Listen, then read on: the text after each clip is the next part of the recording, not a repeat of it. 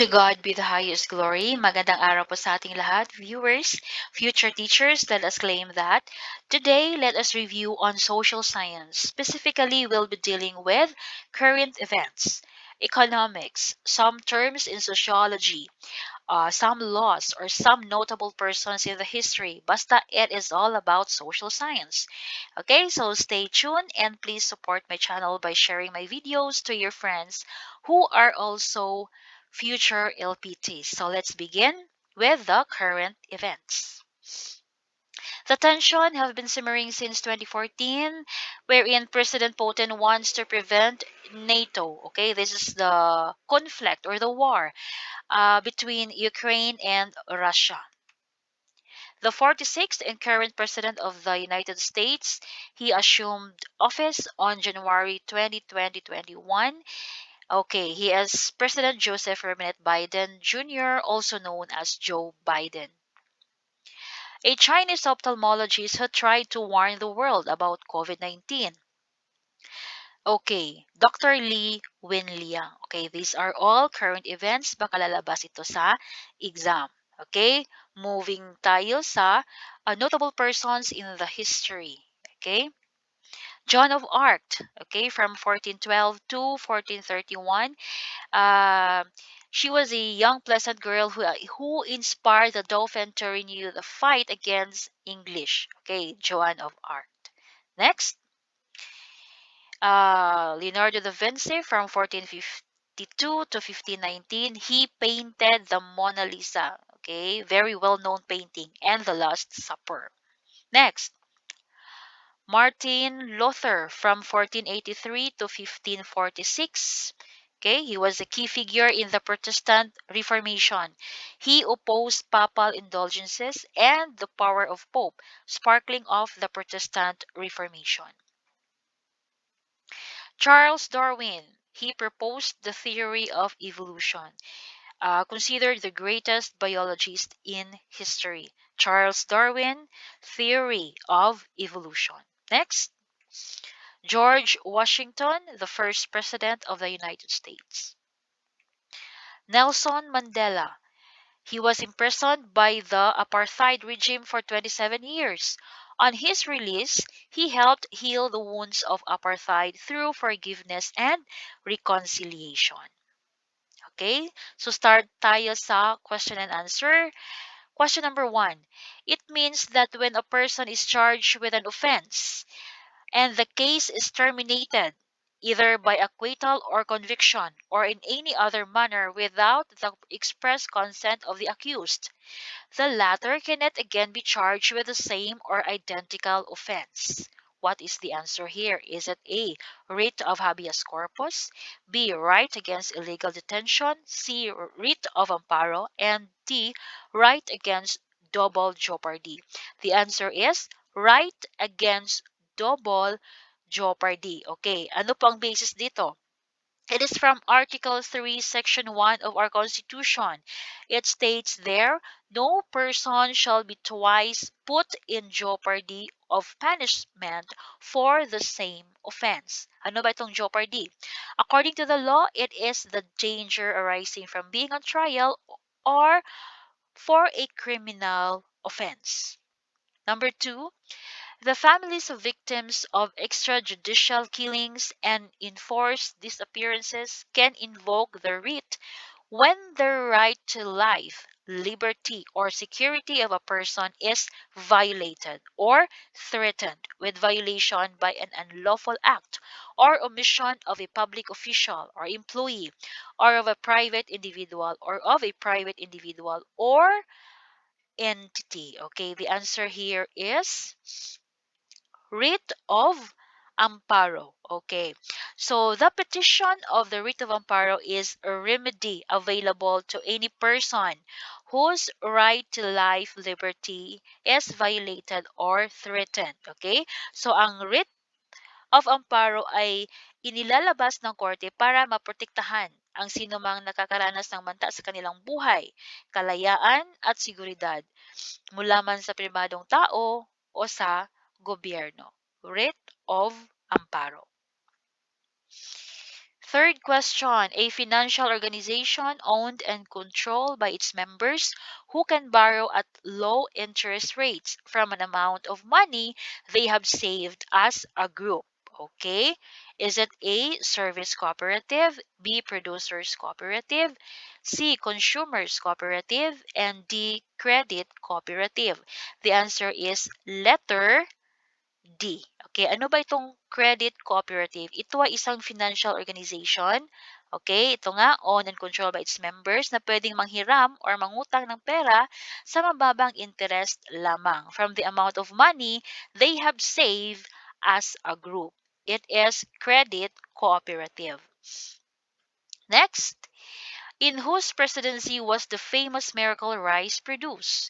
Is it A. Ferdinand Marcos Sr., B. Fidel Ramos, C. Joseph Estrada, D. Gloria Arroyo? The answer is letter A. Ferdinand Marcos Sr. This was a program launched, okay, so the Miracle Rice for the Masagana 99. This was a program launched by President Ferdinand Marcos Sr. At that time, the country was suffering or experiencing a shortage of supply of rice. Okay? Question number 5. It is a market model dominated by a small number of strategically interacting firms. Few sellers account for most of the total production, since barrier to free entry make it difficult for new firms to enter. Okay, what kind of market structure is this? Is it A, perfect competition, B, monopoly, C, monopolistic competition, D, oligopoly? The answer is letter D, oligopoly. Okay, it is dominated by few players. Okay, this would result to limited competition. Okay, itong mga few players na ito, they can compete each other or they can collaborate when it comes to pricing, okay, to earn more profit. Number 6, when we divide the gross national income with the total number of population in a particular country, we can derive the A, per capita income, B, national income, C, gross national product or gross domestic product, and D, economic stability. The answer is A, per capita income. So the per capita income is the average income of an individual in a country. It is obtained. Makukuha natin yan when we divide the gross national income with the total number of population in that country. Okay, per capita income. Number 7, after the Second World War, which emerged as new powers? Is it A, China and USA, B, Japan and USA, C, USA and USSR, D, Germany and USSR? The answer is letter C, USA and USSR. Okay? So the Second World War was fought between two groups. Okay, dalawang grupo, the Axis powers and the Allied powers from 1939 to 1945. But after the World War, the USA and the USSR from the Allied side emerged as superpowers. Number 8, it is concerned with issues and problems concerning the overall economy. Ito po yung keyword natin, okay? Clue word natin pala, the overall economy of a nation or the world economy. Ano ito? Is it A, microeconomics, B, macroeconomics, C, global economy, and D, mixed economy? The answer is macroeconomics, okay? As I've been saying, no, the keyword is the overall economy, both in national and international level. Topics in na ini-discuss ng macroeconomics would include the foreign trade, the inflation, the growth, and the changes of GDP, and etc. As long as it talks about economy in a broader sense, so that is macroeconomics. Number 9. In economics, recession is a significant, widespread, and prolonged downturn in economic activity. The following are indicators of recession except, okay, so the three options are the indicator of recession except daw sa isa, okay?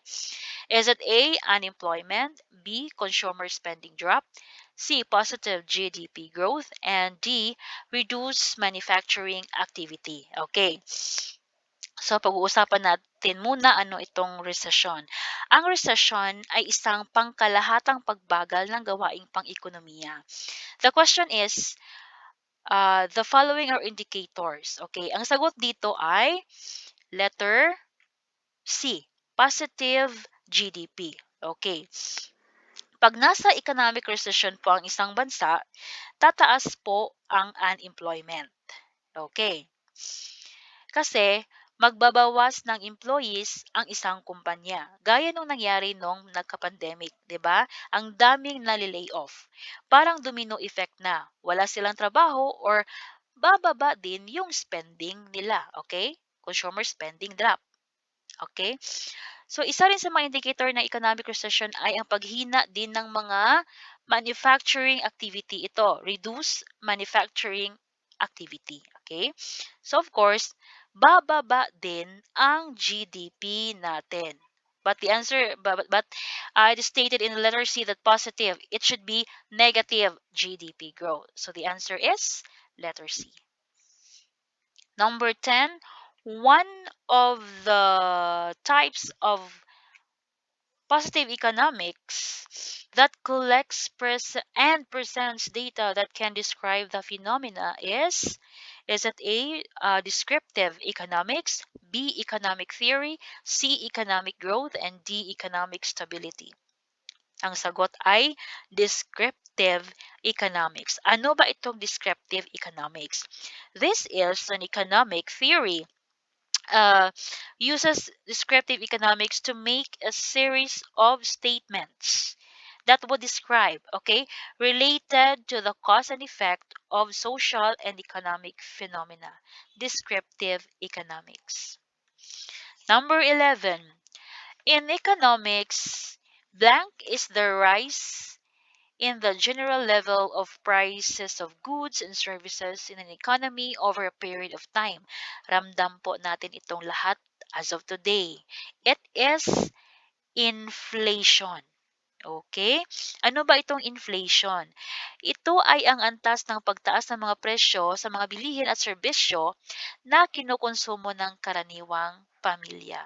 The rise of the general level of prices between goods and services. It is termed in economics as inflation. Number 12.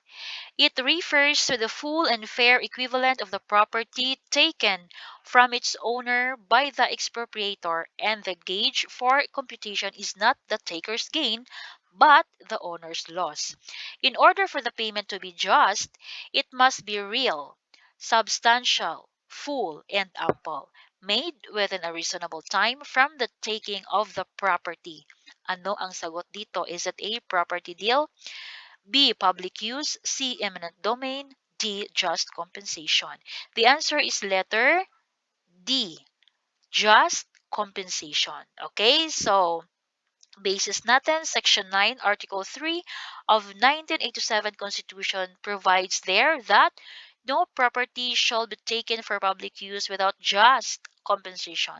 Just compensation in expropriation cases has been held to contemplate just and timely payment and prompt payment in full of just compensation as finally determined by the courts.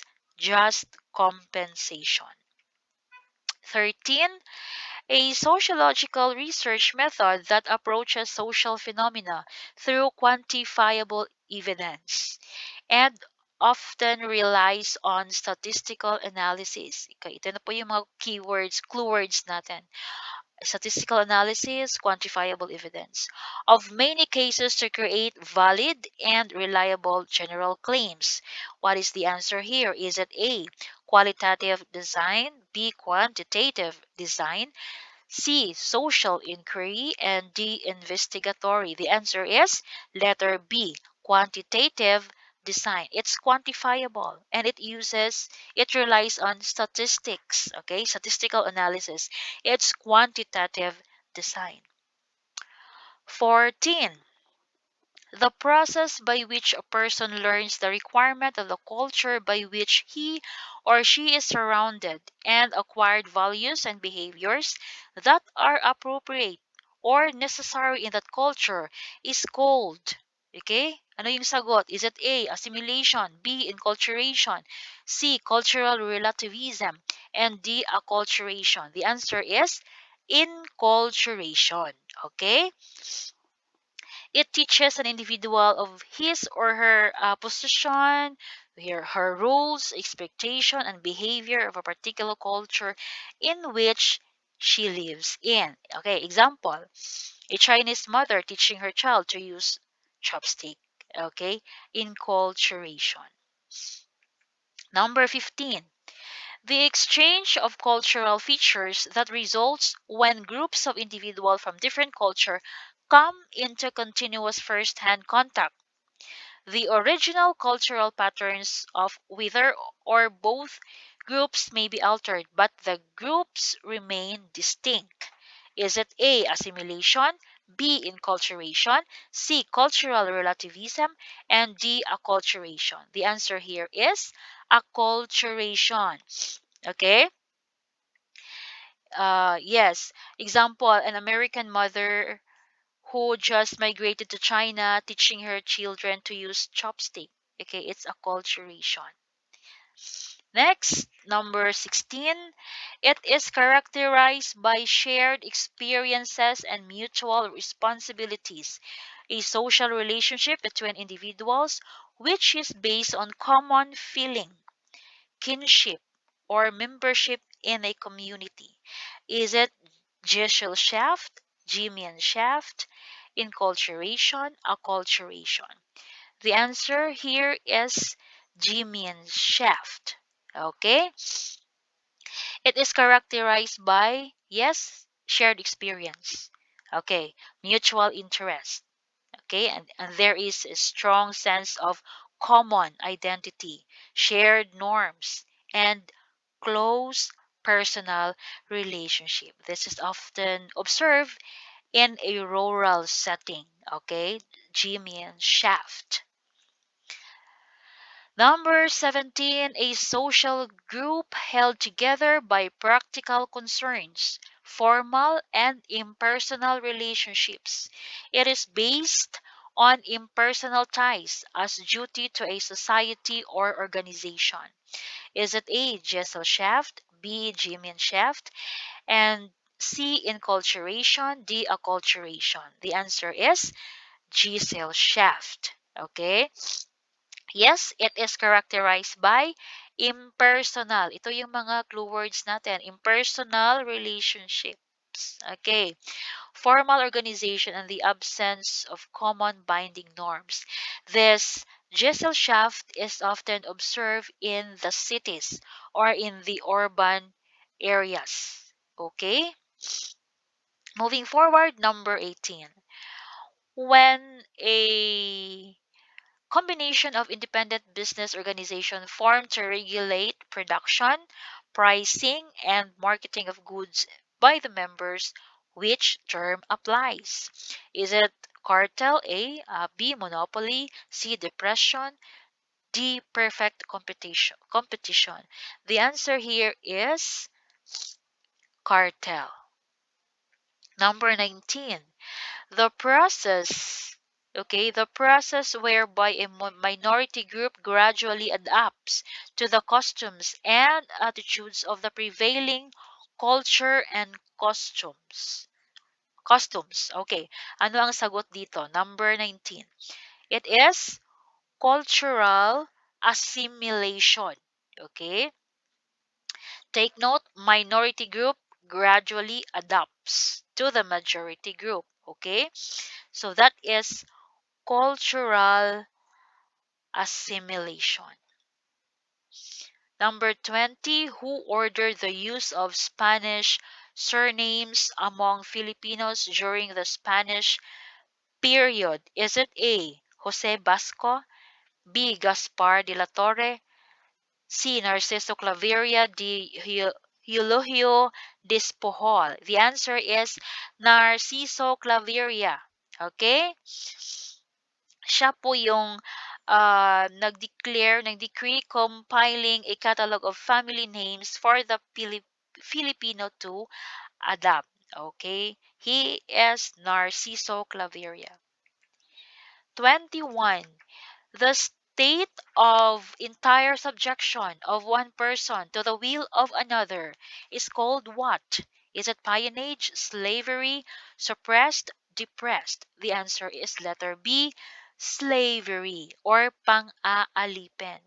People who are forced to work for or obey you. Pang-aalipin, slavery. 22. The UNESCO World Heritage Site in Ilocos Norte is? The answer is letter B, Pauway Church. Okay. It is declared as the National Cultural Treasure by the Philippine government in 1973 and a UNESCO World Heritage Site. Take note po, Ilocos Norte, the UNESCO World Heritage Site is the Pauway Church. 23. This is a guarantee given by the Constitution to certain units of government where their approval annual appropriations shall be automatically and regularly released. Ano ba ito? Is it A. General Appropriation Act, B. Fiscal autonomy, C. Fiscal discipline, D. Internal revenue allocation? The answer is fiscal autonomy. Okay? Approval, yes. It is our basis here is the Article 19 on Constitutional Commission, Section 5. Okay? It states there, the Commission shall enjoy fiscal autonomy. Their approved annual appropriation shall be automatically and regularly released. Fiscal autonomy. Next question, number 24. Which order of presidents correctly applies to Philippine history? Yung sequence, okay, of their terms. Okay, ano ba yung sagot dito? Okay, so alamin muna natin anong year yung mga terms nila. Okay. Si Garcia, si Carlos P. Garcia, okay, so his presidency is from 1957 to 1961. Okay, take note ha. Carlos Garcia, 1957 to 1961. Ramon Magsaysay, 1953 to 1957. Elpidio Quirino, 1948 to 1953. Manuel Rojas is 1946 to 1948. Okay? So, ang tamang sagot natin dito ay letter D. Una muna si Manuel Rojas. Okay? 1948. Okay. And then Quirino, 1953. Magsaysay, 1957. Garcia, 1961. Okay? Their sequence of presidency. 25. These are the only officials removable by impeachment. Okay? Is it A, the President, Vice President, members of the Supreme Court, members of the Constitutional Commissions, and the Ombudsman? Okay, going directly to the answer. The answer here is letter A. Okay? Ano ba yung basis natin? Okay, it is from the Article 11, Accountability of Public Officers, Section 2. It states there, the President, the Vice President, the members of the Supreme Court, members of the Constitutional Commissions, and the Ombudsman. Okay? Yes, may be removed from an impeachment for or a conviction of culpable violation of the Constitution, treason, bribery, graft and corruption, and other high crimes or betrayal of public trust. sila lang po yung mga officials na pwedeng i-remove in their office through the process of impeachment. Okay? 26. The mountain that separate the continents of Asia and Europe is it A, Ural Mountain, B, Mount Kilimanjaro, letter C, Mount Everest, D, Mount McKinley? The answer is letter A, Ural Mountain. Okay, so the Ural Mountain separates the Europe and Asia. This mountain rises like a long narrow spine across western Russia, forming a natural division between the Europe and the Asia. Okay? Take note. Ano po yung nag-separate ng dalawang continents na ito? It is the Ural Mountain. 27. Historically, why does the Philippines have a claim over Sabah? Okay? Is it A, the Sultan of Sulu, who received the territory as a gift, as given the Philippine government power to reclaim his territory? Okay, diretso na tayo sa sagot. Sagot natin ay letter A. Okay? So, the main narrative in the Philippines during that time is that Brunei granted the territory to Sulu in gratitude. Okay, in gratitude for Sulu's military assistance during the 1960 to 73 uh, Brunei Civil War. Pero uh, the narrative in Brunei is that no assistance was given. Hindi po tumulong yung Philippine government. So, there was no transfer of the property occurred. Okay? Is it clear? Okay, let's move to question number 28. How long can an elected president of the Philippines serve under the 1987 Constitution? Diretso na po tayo sa sagot. Ang sagot natin dito ay letter B, one term for 6 years. So, basis natin dito, under pa rin sa 1987 Constitution, it states there, the President of the Philippines is elected by a direct vote by the people for a term. So, isa lang. For one term of 6 years. He may only serve for one term and is ineligible for re-election. Hindi na po natin pwedeng i-re-elect. Okay, once na-perform na niya, natapos na niya yung one term for 6 years. Okay? Number 29, the longest reigning monarch in the British history, considered as a symbol of stability in an era of sweeping social and political change. Our answer here is Queen Elizabeth II. Okay? She was the longest reigning monarch in the British history, surpassing the reign of her great-great-grandmother, Queen Victoria. Okay? Number 30. The sona of the president is being delivered every blank Monday of July. Is it first? Is it fourth? Is it second? Is it third? Okay, the answer here is fourth. Yung basis natin is mandated by the Constitution, 1987 Constitution. It states there, the SONA is delivered every fourth Monday of July at the plenary session hall of the Batasan Pambansa Complex in Batasan Hills, Quezon City. It serves as a means to inform the nation about the present political, economic, and social condition of the country.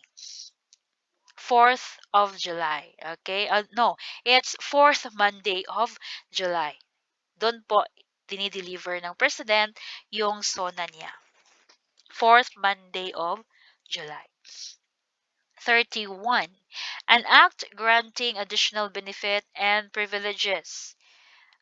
This act further amending Republic Act 7432. Republic Act 9994 is also known as the Expanded Senior Citizens Act. Okay? Number 32. The Soviet Union's attempt to establish a missile base in Cuba is interpreted as a direct violation of, is it A, the Truman Doctrine, B, the Monroe Doctrine, C, the SALT, and D, the Declaration of Independence? The answer here is letter C. It is considered and it was interpreted as a direct violation of this SALT, or the Strategic Arms Limitation Talks. Okay? That is our answer for number 32. Moving forward, 33. University of the Philippines is the country's national university. This premier institution of higher learning was established in 1908. Who was the first president of the University of the Philippines? Okay? Diretso tayo sa sagot. It's Murray Bartlett. Okay? Murray Bartlett. From 1911 to 1915. He was the first president of the University of the Philippines. Murray Bartlett. 34. It refers to the community of persons, more or less numerous, permanently occupying a definite portion of territory, having a government of their own to which a great body of inhabitants render obedience, and enjoying freedom from external control. Ano po ito? Is it state? Is it nation? Citizens? Citizens and sovereignty? The answer is state. Okay, number 34, the answer is state. Okay, 35. Okay. So, Teacher Lynn, a BSED, ano ba to? A Bachelor of Secondary Education graduate, resigns in her current teaching position as a senior high, oh no, as senior, as high school teacher because she was being forced to teach in preschool department by the principal in this school year. Teacher Lynn's voluntary resignation resulted to what kind of unemployment? Is it A, causal unemployment, B, frictional unemployment, C, cyclical unemployment, and letter D, structural unemployment? The answer here is letter D, structural unemployment.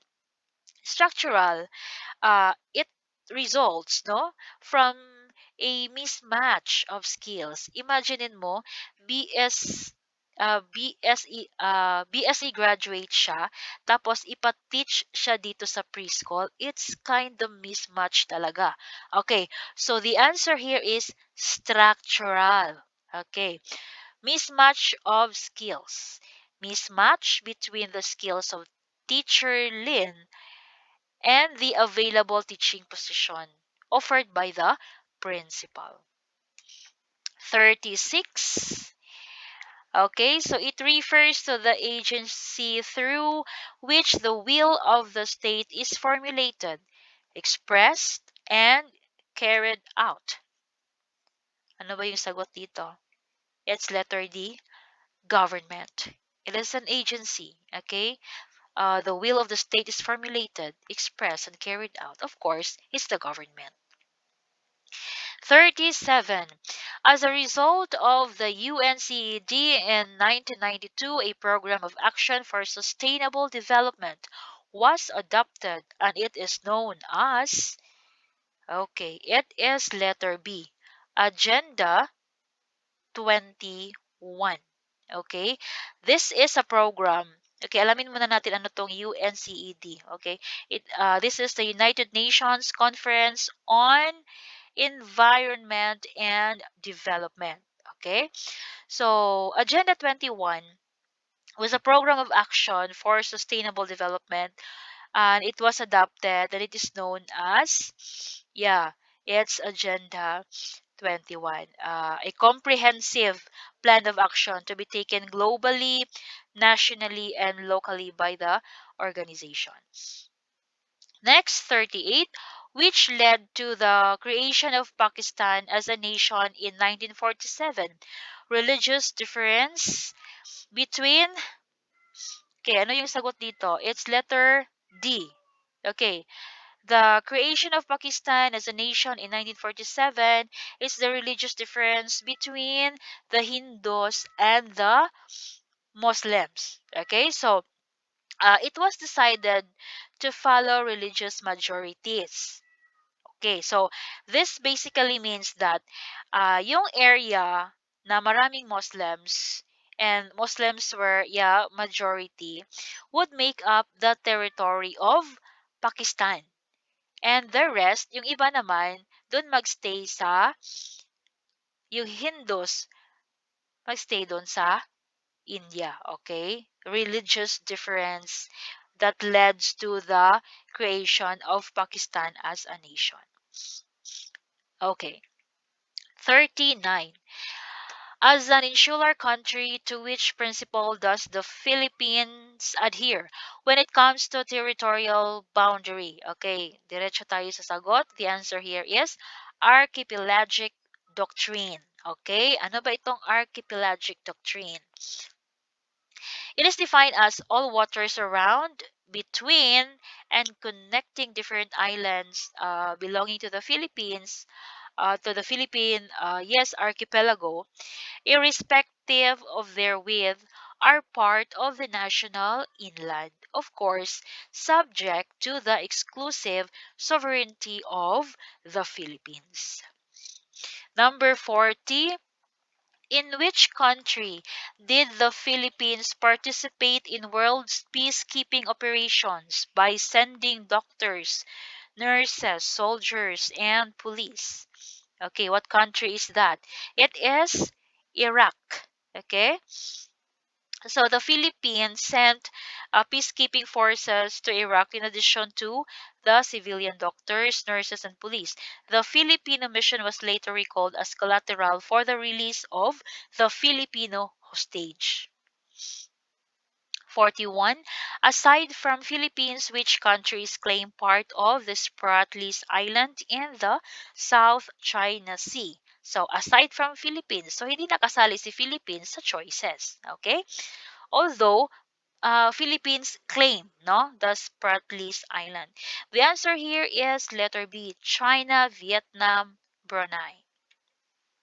42. The state recognizes the Filipino blank as the foundation of the nation. Accordingly, it shall strengthen its solidarity and actively promote its total development. The answer is yes, letter A, family. Okay? Dito po natin kinuha sa Article 15. No? The family. Section 1, it states there, the state recognizes the Filipino family as the foundation of the nations. Accordingly, it shall strengthen its solidarity and actively promote its total development. Moving forward tayo, number 43, Denmark is a Scandinavian country comprising the Jutland Peninsula and numerous islands. What is the capital and is considered the most populous city of the country? The answer is the answer here is Copenhagen. Okay? The capital of Denmark. 44. The legislative power shall be vested in the Congress of the Philippines